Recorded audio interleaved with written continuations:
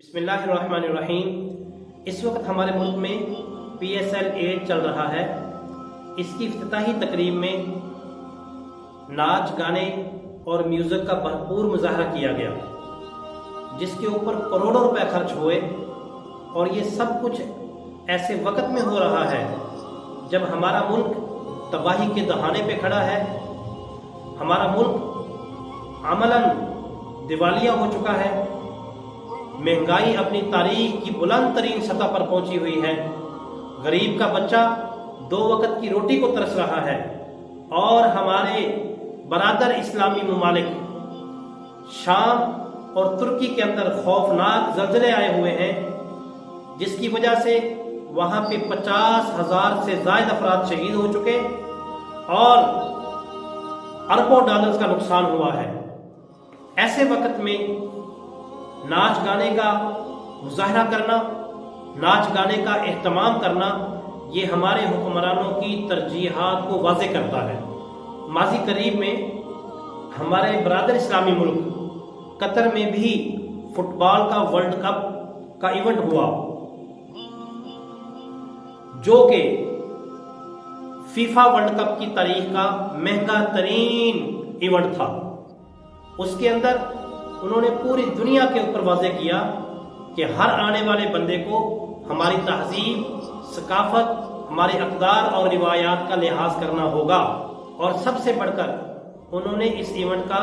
افتتاح قرآن پاک کی تلاوت سے کر کے امت مسلمہ کے سر فخر سے بلند کر دیے۔ یا ایھا الناس انا خلقناکم من ذکر وانثى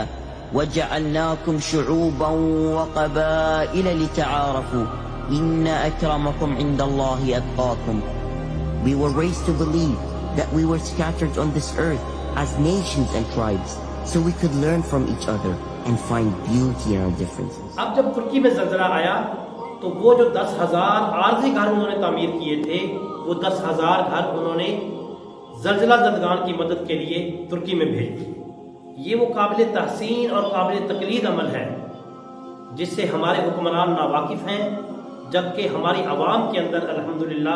مکمل طور پر نہ صرف یہ کہ شعور ہے، بلکہ ہماری عوام عملی طور پہ اس کا مظاہرہ بھی کرتے رہتے ہیں۔ ابھی ترکی میں جیسے ہی زلزلہ آیا تو ہمارا ایک پاکستانی جو امریکہ میں مقیم ہے، وہ ترکی کے سفارت خانے میں گیا اور وہاں جا کر اس نے زلزلہ زدگان کے لیے $30 ملین یعنی $3 کروڑ زلزلہ زدگان کے لیے دے دیے، اور اپنا نام تک بھی نہیں بتایا۔ یہ وہ قابل تحسین، قابل تقلید جذبہ ہے جس سے وہ لوگ ناواقف ہیں جو کہ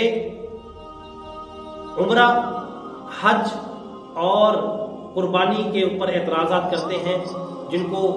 صرف قربانی کے موقع پر غریب یاد آتا ہے،